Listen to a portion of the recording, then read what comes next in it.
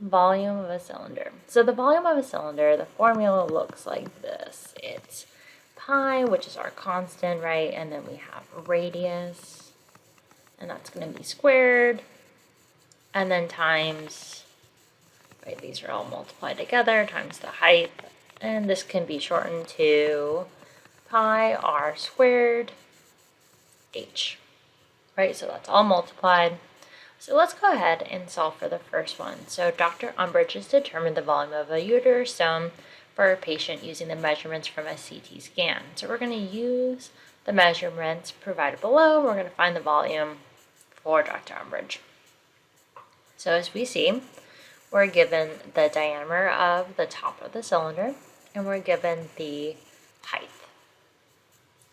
So if we go plug all this in, right, if this is our formula, right, our radius, well, that's half of the diameter. So 4 divided by 2 is just 2. So r is equal to 2. The height, h, which is also then 2. So let's go ahead and plug this in. So we have pi, and then the radius, which is 2 squared, and then the height, which is 2. We'll put that in parentheses. And so let's go ahead and get the calculator out. And so we're going to go pi, this button over here, right? So pi times, and then it's just going to be, like, 2 squared is really, right, 4. So we're going to go ahead and multiply it by 4, then times 2. And I'll show you what we did there. But we get 25.13.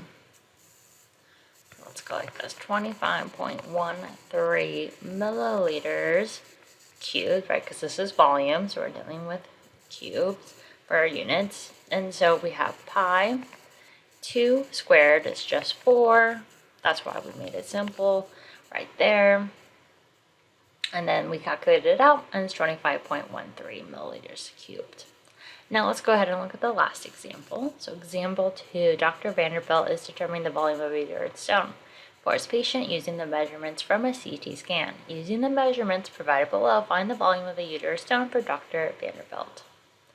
So what we're given, right, is another diameter, and we're given the height.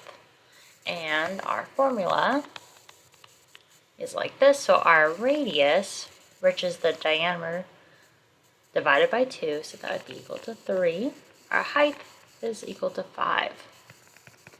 So let's go ahead and plug this in. So we have 3 squared, and then times 5. So let's put that in parentheses. Now 3 squared, that is equal to 9. And now we can go ahead and just get the calculator out and solve.